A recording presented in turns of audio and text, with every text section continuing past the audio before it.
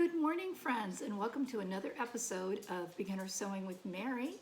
Today I thought we'd do a really simple project for a Valentine's Day gift or a gift during other holidays as well, or even a birthday gift. We're going to make a cup sleeve, and this is just a very simple pattern that I've created, and you can pick any type of fabric that you want, and it'll be very quick and easy. Okay, let's get started.